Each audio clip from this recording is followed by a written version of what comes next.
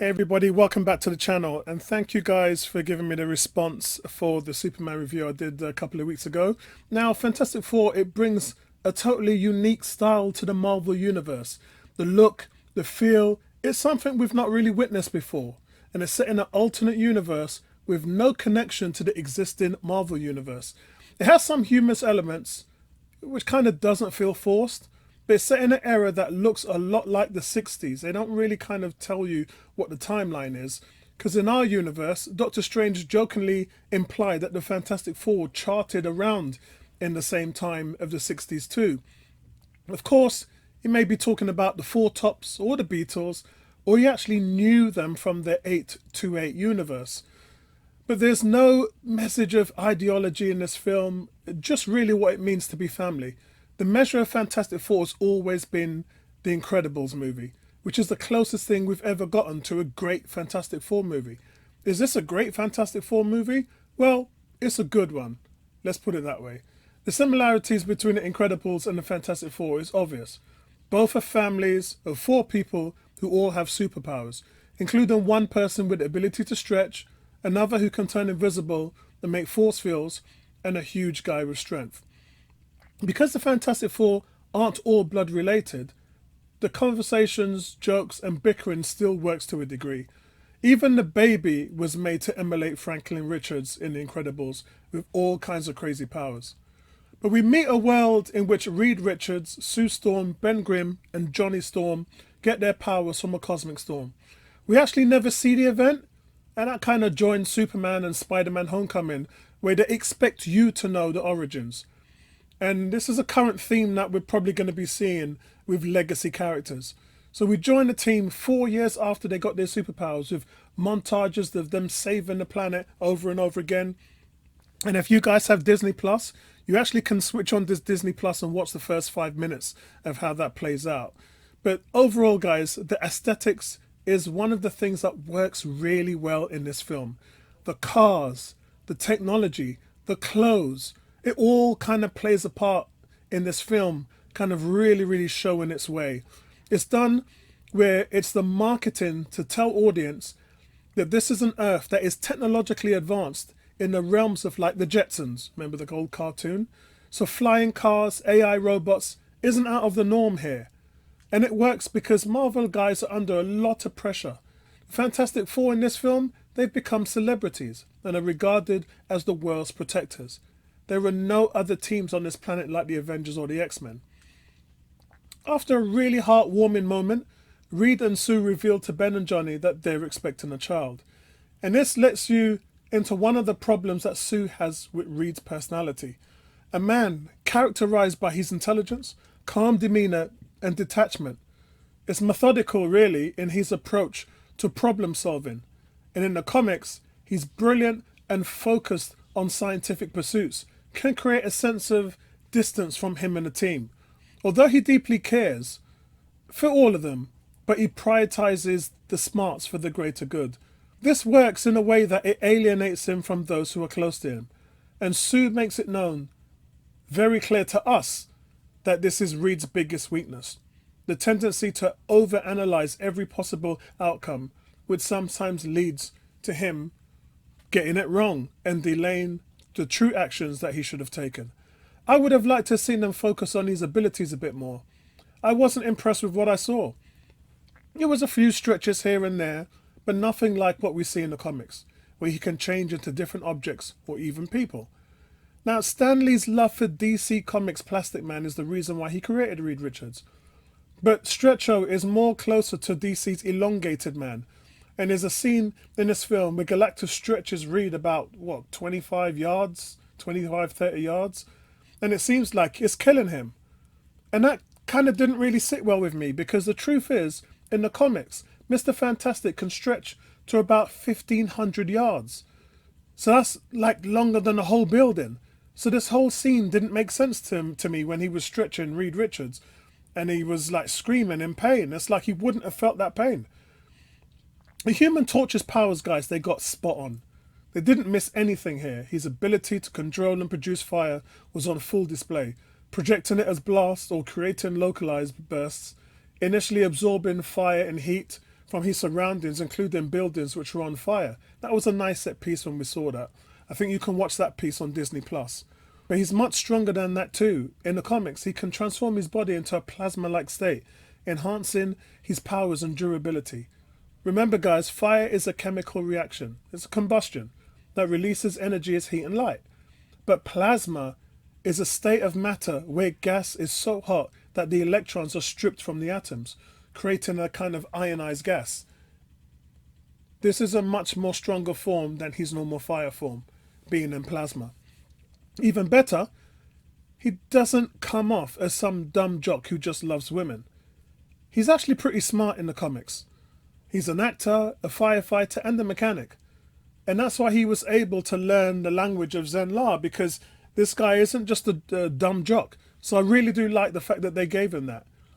Sue's powers was also on display, showing that she's actually the most powerful member of the group. She has two sets of powers, guys, invisibility and force field. Her invisibility power deals with bending light waves to allow her to render her and other objects invisible, including shields, blasts, explosions, and levitation.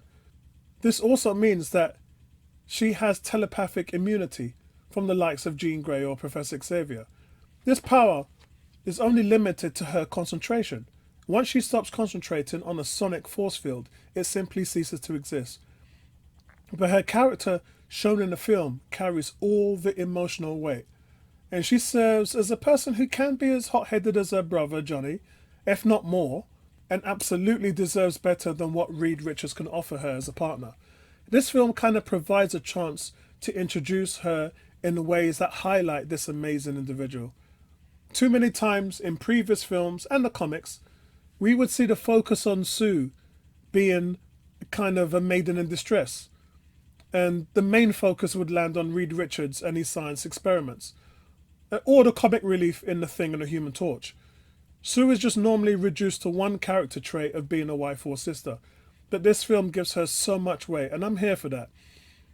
She also, in the comics, was coached by Iron Fist and her fighting techniques. So there's much more room to grow for her than in any other character in the franchise. She was romantically involved with Prince Namor in the comics. She even turned into an evil version of herself known as Malice, of which Vanessa Kirby has already said she has set her sights on playing this version in the future. Ben Grimm as the Thing, guys, I thought he was very monotone. They expected kind of more from him. They didn't really do as much with him outside of the love interest. That never really worked for me. In the comics, he falls in love with Alicia Masters. She's blind. She's a sculptor who falls in love with him after he becomes a Thing. And because she couldn't see him, that really paid into the fact that how close that they came and the intimate connection that they had. Their relationship was a significant part of his character arc, which kind of brings his humanity back. But in this film, they went with Natasha Lyonne from Russian Doll as Rachel Rosman. She was a school teacher, and it felt like some of the parts with her were cut in the film because they didn't really flesh it out. Another piece that was cut in the film was John Malkovich's Red Ghost. But then we saw the montages of the apes in the beginning of the film, so that kind of covered that. But in the film, guys, the plot, a few months later after the pregnancy, Silver Surfer suddenly appears to announce to the people of Earth that their planet has been marked for destruction by a devouring cosmic being known as Galactus. It's a grander plot than The Incredibles, and it's executed in an okay way, guys. It's clear that the focus is intended to be on this family rather than a larger all-powerful being, because the way they beat him was laughable. And yeah, it was a plot device. Maybe, I would have let Galactus get his first win. That's kind of what we all thought was going to happen in the trailers, but that's not actually what happens in this film. So I think if Galactus got a win here, it would have had more impact on Earth 616 or 19999, whichever one everybody wants to call it now. But instead, this feels cheap. Even though it is executed well, it just feels cheap. Like, Galactus cannot be beaten like that. And the fun parts, though, in this film I thought were very good, and I cherish those moments. But as for the main plot, it's taken out of Jonathan Hickman's run on Fantastic Four, which introduced several significant plots, including Galactus needing to merge with Franklin to curb his hunger. Jonathan Hickman delved into the complex relationship within the Fantastic Four too, particularly focusing on the emotional impact of Reed's decisions and the consequences of his actions on his family, and the film does really well in exploring that. Hickman also explored the darker aspects in the comics with Invisible Woman in terms of her personality with malice. Now let's talk about Silver Surfer, maybe my favourite part of the film. Now, some aren't aware that the female Silver Surfer is a character pulled directly from the pages of the comics. Much like Carol Danvers and Jane Foster becoming Captain Marvel and Thor, Shalabar became the Silver Surfer. That was in 1966. I believe it was Fantastic Four issue 48, where Norrin Radd saved his planet from Zen-La after being devoured by Galactus, in return for being Galactus' herald. But Julia Garner as Shalabar did the same thing, and it was great. It felt wonderful as an adaptation. And this won't be the last time we see her, because in our universe, if Norrin Radd is the Silver Surfer, and that means his world of Zen-La was saved in the same way, that means that we're going to see her as Shalabar living on Zen-La. The movements, the powers, the speed, it was all incredible, with the signature surfboard that lets him travel faster than the speed of light. Her choices to help the team totally made sense. Why would she not help them after helping herself save her own planet? And now her and Galactus are millions of miles away, without the ship, which, by the way, guys, is still around on Earth. But Galactus will be weaker, and he will have to feed the old way without his machines to help. And that's something he normally does, but it's a chore for him. So he's got a long road back. Talk about the music score, guys. I thought the music score in this film was a big win. From the main tune, which just sticks in your head, to the danger scenes with Michael Giacchino just rocking beyond what Galactus can consume. He may get an Oscar nomination for this. The sound mix here is quality. But I like the film. It's cosmic, it's cool, it delivers a frightening villain, and it feels like the right step for Marvel now that we have Phase 6 upon us. I just didn't buy the way they defeated Galactus. It's too quickly resolved and with little or no ingenuity. The best thing about First Steps is just the aesthetics.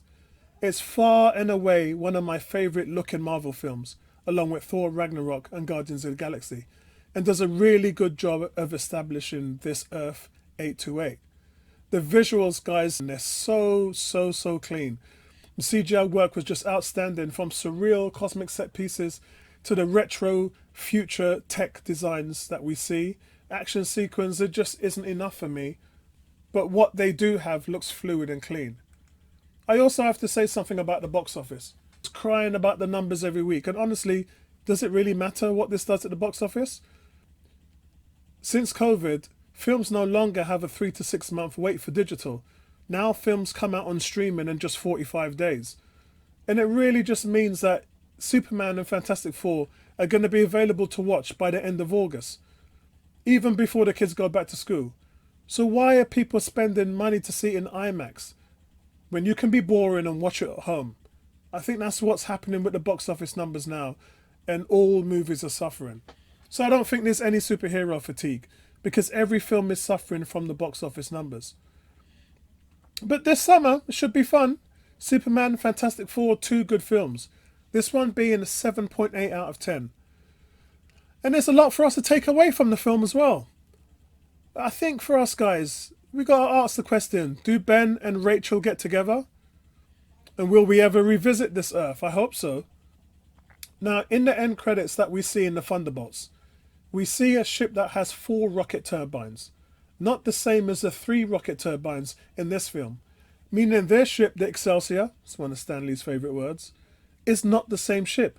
So it could be Doctor Doom coming to Earth at the end of Thunderbolts, unless it's just a CGI mistake, which would be very poor. And that could have been fixed in post-production, really.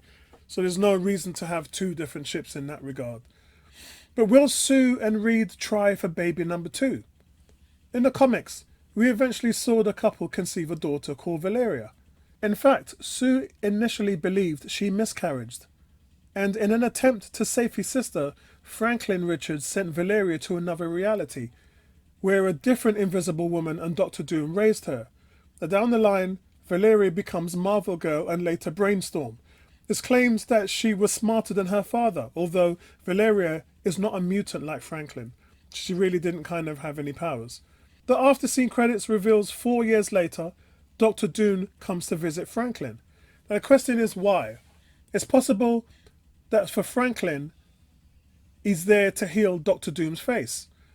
This could help Marvel sort out a problem that they didn't really want to deal with, which is have Robert Downey Jr. wear a mask all the time so you didn't really know it was him. So I think Franklin is bound to sort of help him at least recover what his face looks like and the damage with his skin. So we can see Robert Downey Jr. in his green cloak. But Franklin is bound to pick up some more tricks like reality warping, the ability to create pocket universes. I guess we'll find out when Avengers Doomsday hits the theatre. I'm just glad that we got a faithful version of both Silver Surfer and Galactus. Very accurate for live action considering their previous appearances.